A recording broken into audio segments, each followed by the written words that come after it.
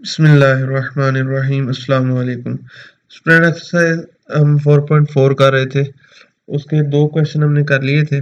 उसके बाकी जितने भी रहते हैं वो इस वीडियो में इंशाल्लाह कवर करेंगे। तो सबसे पहले क्वेश्चन नंबर 3 क्वेश्चन करने से पहले आपको थोड़ा सा बता दूं कि इनवर्स फाइंड करने के कितने तरीके हैं।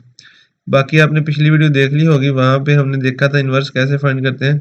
इनवर्स ऑफ अ मैट्रिक्स, एक तो एडजॉइंट का तरीका याद है ना। इनवर्स लेना हो तो क्या करें, एडजॉइंट उस मैट्रिक्स का एडजॉइंट लें और एक उसके डिटर्मिनेंट से उसको क्या कर दें, डिवाइड कर दें। पिछली वीडियो जिसने देखी है उसके लिए तो इशू नहीं है। इसी तरह एक तरीका ये भी था इनवर्स का, x is equal to A inverse B, जो इससे पिछला क्वेश्चन था दूसरा, उसमें हमने इस मेथड से इनवर्स फाइंड किया था। एक और तरीका है जिसकी मदद से हमने इनवर्स फाइंड करना है, वो है ए और ए के इनवर्स को मल्टीप्लाई करके किसके बराबर लिख लेना है, आई के, आइडेंटिटी मैट्रिक्स के। इस इक्वेशन का इस्तेमाल करके भी इनवर्स फाइंड किया जा सकता है। जिस तरह इस वीडियो में हम क्वेश्चन नंबर 3 में हमने इसी तरह इनवर्स फाइंड करना है। तो देखते हैं क्वेश्चन नंबर 3 में किस तरह हम इनवर्स फाइंड करेंगे, यानी ये वाली इक्वेशन इस्तेमाल करके हम इनवर्स फाइंड करेंगे। तो सबसे पहले देखें, हमारे पास क्वेश्चन नंबर 3 है, ये ए मैट्रिक्स है। Find the inverse of A by using the property, कहता है ये वाली इक्वेशन यानी ये वाली प्रॉपर्टी भी कह सकते हैं इसको, ये इस्तेमाल करके इनवर्स फाइंड करना है। ठीक है, तो ये वाली इक्वेशन है, देखें ये मैट्रिक्स ए दिया गया है। अगर इस इक्वेशन पर गौर करें, ये वाली जो इक्वेशन हमें दी गई है इसमें 3 मैट्रिसेस आ रहे हैं। एक तो ए आ रहा है, वो हमें पता है क्योंकि उसने सवाल में दे दिया ये ए है। फिर इसके बाद आता है इसमें ए इनवर्स। अब ए इनवर्स तो हमने फाइंड करना है, यही लिखा है ना, फाइंड द इनवर्स। हमें नहीं पता जो इसका जो इनवर्स है, इस ए मैट्रिक्स का इनवर्स है, उसके एलिमेंट्स क्या हैं, क्योंकि वो तो हमने मालूम करने हैं, वही एलिमेंट्स तो मालूम करने, एक तरह का मतलब यही बनता है ना। तो हम क्या करते हैं, ए इनवर्स को हम लेट करते हैं कि फर्ज करें इसका जो ए, इस मैट्रिक्स ए का जो इनवर्स है वो किसके बराबर है, यानी इसका जो इनवर्स है उसके जो एलिमेंट्स हमें तो पता नहीं किसके बराबर है, तो हम लेट कर लेते हैं कि वो एलिमेंट्स क्या है, ए बी सी डी। चले, अब ए भी पता चल गया, ए इनवर्स को हमने लेट कर लिया और बाकी किसकी बात रहेगी, आई की। तो आई हमें वैसे पता है आइडेंटिटी मैट्रिक्स होता है जिसके डायगोनल एंट्रीज क्या होते हैं, 1 के इक्वल, बाकी सारे क्या होते हैं, 0 होते हैं। तो हमें ये तीनों ही मिल गए, ए भी मिल गया, ए इनवर्स भी मिल गया, आई भी मिल गया, यानी ए और आई का तो हमें पहले पता था, आई इनवर्स हमने लेट कर लिया। तो अब इस इक्वेशन में ये तीनों वैल्यूज पुट करेंगे, ये जो इक्वेशन उसने दी है इसी का इस्तेमाल करके हमने ये सवाल करना था। तो यहाँ पे पहले ए आ रहा है तो ए लिखेंगे, 8 10 12 और 20। आगे क्या आ रहा है, ए इनवर्स आ रहा है, वो लिखेंगे, यानी ए बी सी डी। और राइट साइड पे आइडेंटिटी मैट्रिक्स आ रहा है, वो लिखेंगे, यानी 1 0 0 और 1। अब इसको मजीद इसको मल्टीप्लाई करते हैं, फिर आगे हम देखते हैं। 8 को ऐसे किया, यानी इन दोनों को करना है तो 8 को ऐसे करेंगे और 10 को किससे करेंगे, सी से। इसी तरह 8 को बी से करेंगे और 10 को अब किससे करेंगे, डी से। 12 को ए से और 20 को सी से। फिर 12 को बी से और 20 को डी से।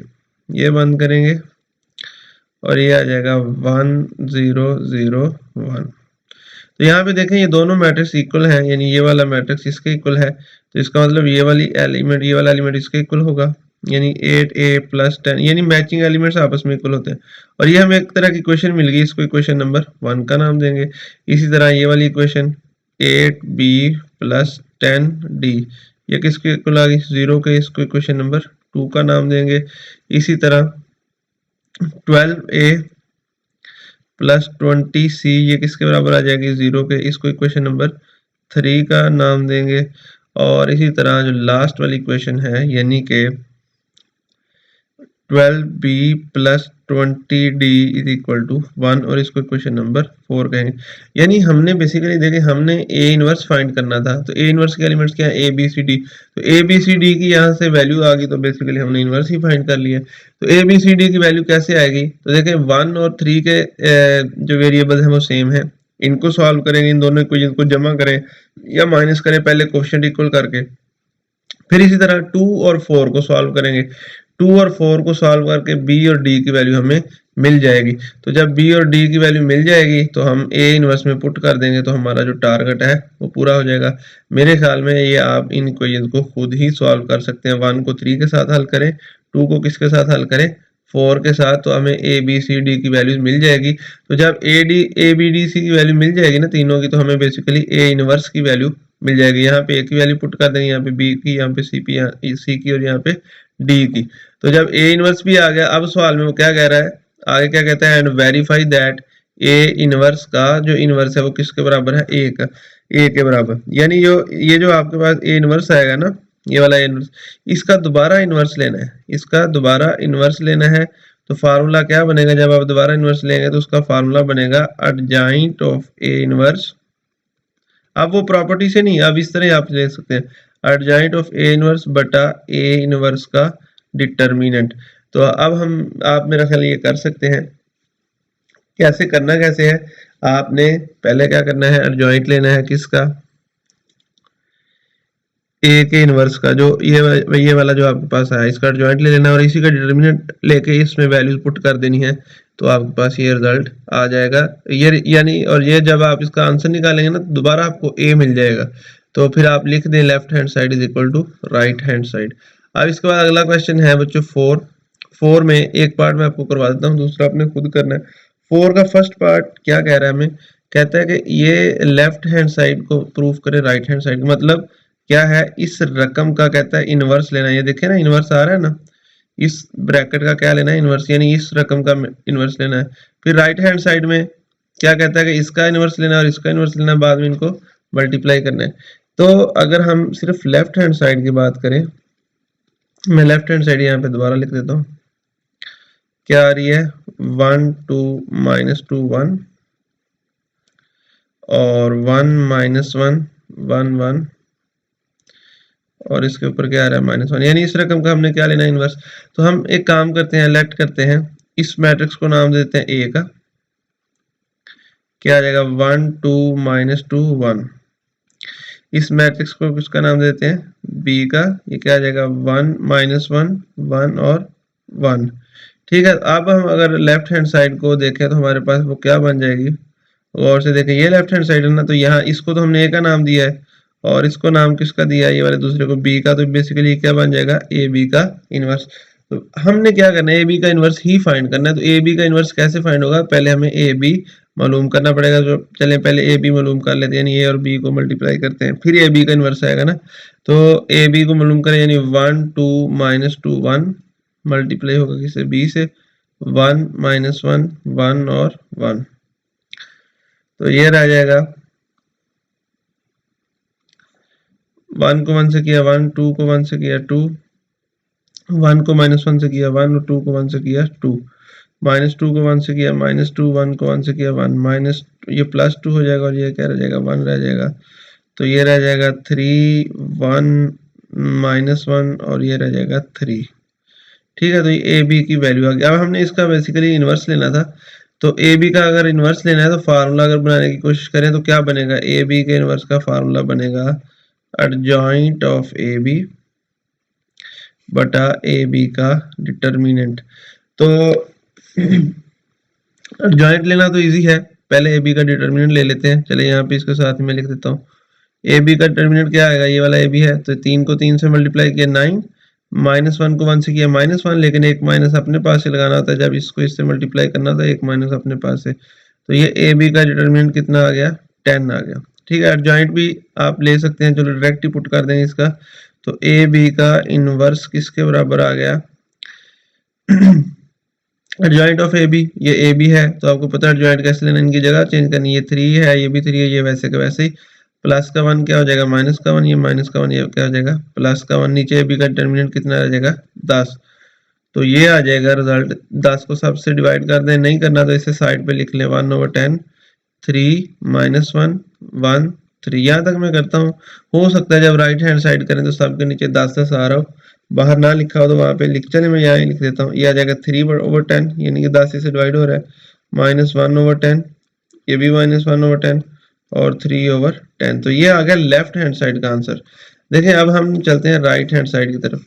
तो राइट हैंड साइड इसमें क्या लिखा है, पहले मैं राइट हैंड साइड को वैसे लिख लेता हूँ। राइट हैंड साइड हमें क्या नजर आ रही है, 1 -1 1 1 और इसका इन्वर्स है इसी तरह 1 2 -2 1।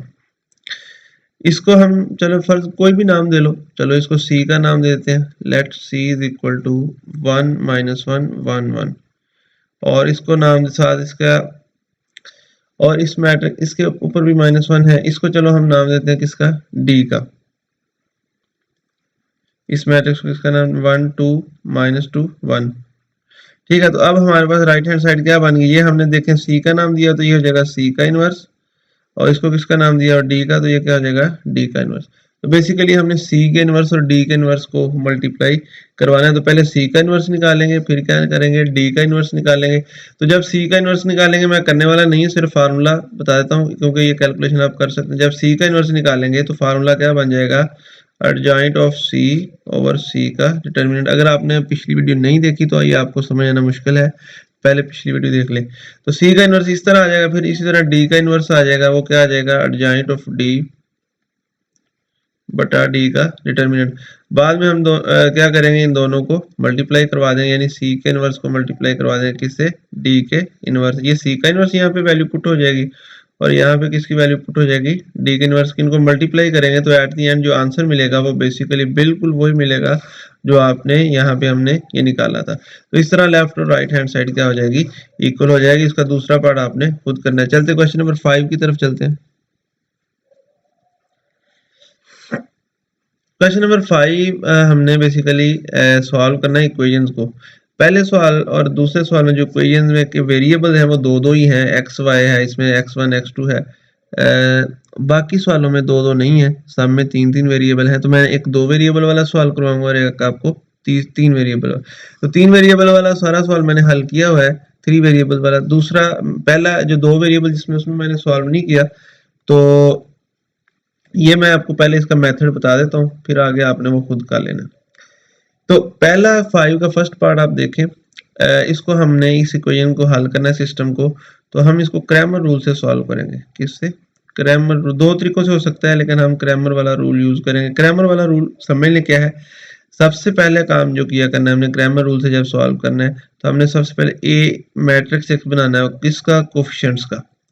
कोफिशिएंट्स का, वेरिएबल के कोफिशिएंट्स का मैट्रिक्स क्या बनेगा, 2 3, नीचे क्या आ रहा है 10 और 50। जब एक आप बना लें तो आपने साथ ही इसका डिटर्मिनेंट लेना है। ठीक है, डिटर्मिनेंट ले, 15 को 2 से मल्टीप्लाई किया 30 और 10 को 3 से किया, ये भी कितना आ जाएगा 30। तो 30 में से 30 गए तो ये आंसर कितना रह जाएगा, ये आंसर बच्चों रह जाएगा, जब 30 में से 30 जाएंगे तो 30 में से 30 जाएंगे तो आंसर आपको पता है ये आ जाएगा 0। तो 0 हम लिखते हैं यहाँ पे 0। अच्छा, यहाँ पे एक ख्याल रखना पड़ेगा, जब 0 आ जाए तो ऐसी इक्वेशन का जिसका जो ए मैट्रिक्स का डिटर्मिनेंट 0 आ जाए, ऐसी इक्वेशन जिसके ए मैट्रिक्स का डिटर्मिनेंट 0 आ जाए, तो ऐसी इक्वेशन का सॉल्यूशन पॉसिबल नहीं होता। तो यहाँ पे लिख देंगे सॉल्यूशन इज नॉट पॉसिबल। हाँ, अगर 0 के अलावा था फिर पॉसिबल था। अब 0 के अलावा अगर रकम आ जाती तो फिर हमने x और y की वैल्यू कैसे फाइंड करनी थी, यानी सिस्टम को कैसे सॉल्व करना था, उसका तरीका मैं आपको वैसे बता देता हूँ। पूरा एक सवाल हल किया है, पहले थोड़ा वैसे मैं एक्सप्लेन करता हूँ। अगर ये 0 ना था फिर हमने साथ ही इसके क्या करना था, हमने एक ax वाला मैट्रिक्स बनाना था। ax वाला मैट्रिक्स कैसे आना था ये भी सुन लें। ax वाला मैट्रिक्स ऐसे आना था, अब देखें यहाँ पे मैंने जो a मैट्रिक्स बनाया, ये आपको पता है x वाली लाइन है, ये कौन सी है, y वाली लाइन है। ठीक है, तो जब आपने ax बनाना था, ये x वाली लाइन आपने छोड़ देनी थी यहाँ पे ये x वाली लाइन है यहाँ भी, और ये क्या है, y वाली। तो आपने x वाली छोड़ देनी थी, x की जगह पे आपने ये बाहर वाली लाइन लगानी, कौन सी, 11 और 20 वाली, और बाकी y वाली यही रहनी है, 3 और 15। फिर इसका हमने क्या करना, साथ इसका क्या लेना था, डिटर्मिनेंट लेना था, डिटर्मिनेंट आ जाना था। फिर y के साथ भी इसी तरह करना था, यानी फिर हमने बनाना था ए वाई, उसका भी हमने क्या लेना था, डिटर्मिनेंट लेना था। जब भी डिटर्मिनेंट आता था यहाँ पे लिख देना था जो भी आता। फिर जब दोनों डिटर्मिनेंट आ जाते फिर हमने x और y की वैल्यू तो निकालनी थी, तो x का फार्मूला हम बनाया करेंगे ऐसे, ए एक्स का डिटर्मिनेंट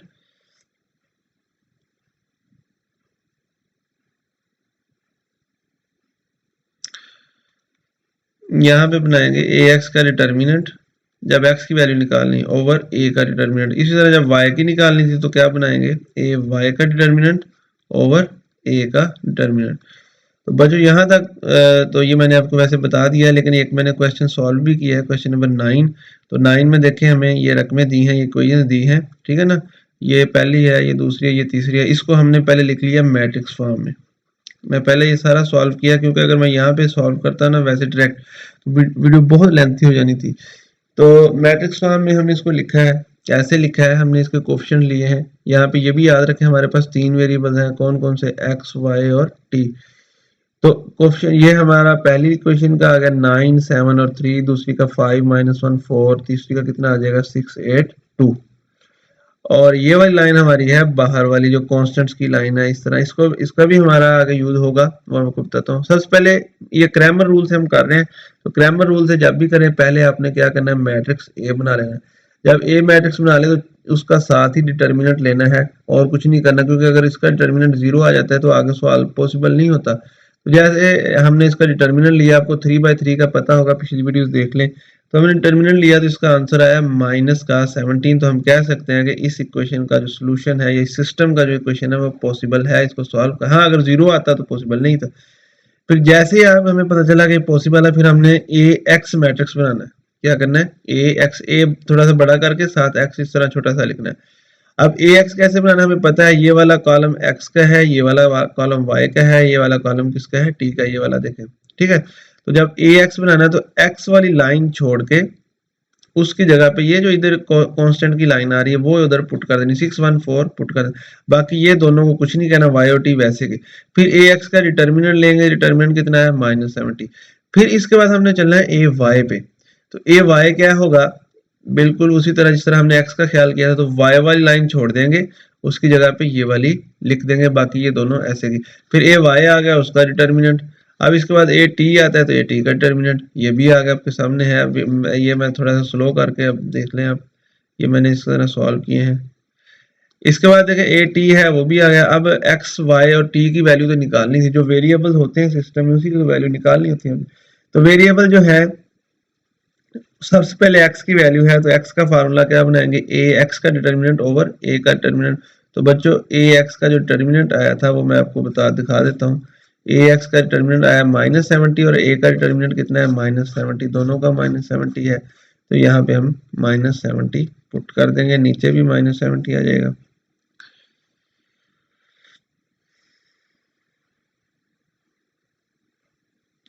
-70 ये कट के कितना रह जाएगा 1। इस तरह y में हमें ये 0 मिला था नीचे -70, तो ये कितना रह जाएगा 0 रह जाएगा। और इसी तरह t में हमें क्या मिला था 70, नीचे आ जाएगा -70, तो y की कीमत कितनी रहेगी माइनस। इस तरह हमें ये तीनों वैल्यूज मिल गई, ये x की मिल गई, ये y की, और ये किसकी मिल गई, t की। सॉरी मैंने y लिख दिया, ये बेसिकली t की वैल्यू। इसी तरह अगला क्वेश्चन है, क्वेश्चन नंबर, वो आप आसान है, खुद ही कर सकते हैं सारे पार्ट। मैंने फिर भी 2 पार्ट थोड़े से आपको गाइड करने के लिए लिखे हैं। सबसे पहले का सेकंड पार्ट है, उसमें हमने क्या करना है, ए बी सी का जो डिटर्मिनेंट है वो किसके को लेके आना है, सी का, सी ए बी सी का जो इनवर्स है वो लेके आना है सी के इनवर्स, बी के इनवर्स मल्टीप्लाई बाय ए के इनवर्स के। तो लेफ्ट हैंड साइड लेते हैं, लेफ्ट हैंड साइड में एबीसी का इनवर्स है, तो एबीसी का इनवर्स हमने निकाला है। एबीसी का इनवर्स कैसे आएगा, पहले तो हमारे पास एबीसी होना चाहिए, फिर एबीसी का इनवर्स आएगा ना। तो हमने एबीसी कैसे फाइंड करना है, पहले ए और बी फाइंड किया, ये जवाब आया, फिर ए बी सी फाइंड किया, यानी ए बी का जो जवाब है उसको सी से मल्टीप्लाई किया, तो ये जवाब आया किसका, ए बी सी का। तो इसका हमें इनवर्स चाहिए, तो इनवर्स के लिए हमें इसके डिटर्मिनेंट की जरूरत है। तो डिटर्मिनेंट लिया, पहले इसको इससे मल्टीप्लाई किया, फिर इसको इससे, तो ये हमें आंसर मिला 480। तो फिर हमने इसका इनवर्स निकालना है, तो हमने फार्मूला लगाया एडजॉइंट ऑफ एबीसी बटा एबीसी का डिटर्मिनेंट। ये देख लें, ये एडजॉइंट आया, ये इसका डिटर्मिनेंट। तो एट द एंड हमें आंसर जो मिला है, ये वाला हमें आंसर मिल गया, एबीसी का इनवर्स का आंसर हमें ये मिल गया। तो ये तो अभी तक आया लेफ्ट हैंड साइड का। तो राइट हैंड साइड में देखें C inverse, B inverse, A inverse, यानी तीनों का इनवर्स निकाल लेंगे। ये देखें सी का इनवर्स ये आया है, फिर बी का इनवर्स ये आया है, ये मैंने इधर सॉल्व नहीं किए, ये इनवर्स आप कैलकुलेट कर सकते हैं। फिर हमने इन तीनों को मल्टीप्लाई भी करवाना है, तो तीनों को इकट्ठा तो नहीं कर सकते, पहले सी इनवर्स और बी इनवर्स को करवाएं। तो ये हमें आंसर मिल जाएगा सी इनवर्स और बी इनवर्स को करवाने का। फिर जो आंसर आएगा उसको किससे करवाना है, ए के इनवर्स से। देखें यहाँ पे हम क्या लिख देंगे, ए का इनवर्स लिख देंगे, ये आंसर आ जाएगा सी इनवर्स, बी इनवर्स वाली वैल्यू आ जाएगी, यहाँ पे किसकी आ जाएगी, एक इनवर्स की। तो इन तीनों को जब मल्टीप्लाई करेंगे, यानी इन दोनों को, तो आपको जो आंसर मिलेगा वो बिल्कुल ये वाला मिलेगा जो इधर लेफ्ट हैंड साइड का है। तो लेफ्ट हैंड साइड और राइट हैंड साइड क्या हो जाएंगे, इक्वल हो जाएंगे। इसी तरह इसका जो थर्ड पार्ट है उसमें ये वाले रिलेशन प्रूफ करना है, के ए का इनवर्स बराबर किसके लेके ना, 1/k इंटू ए का इनवर्स। और उन्होंने ये भी बता दिया कि के की जो वैल्यू लेनी है वो क्या लेनी है, 4 लेनी है। के इज इक्वल टू 4, तो 4 पुट करें तो ये आ जाएगा 4a का इनवर्स 1/4 a इनवर्स। अब इस पर गौर करें, इसमें हमने क्या करना है, 4a का इनवर्स। तो बच्चों सबसे पहले 4a की वैल्यू कैलकुलेट करेंगे। 4a कैसे आएगा, 4 को a से मल्टीप्लाई, ये 4 है, यहाँ पे जो भी a मैट्रिक्स की वैल्यू है वो पुट करके 4a आपके पास आ जाएगा। तो फिर 4a का इनवर्स लेना है तो उसका फार्मूला क्या आएगा, 4a। जिसका इनवर्स लेना याद करें, जैसे मैंने a का इनवर्स लेना तो क्या फार्मूला बनेगा,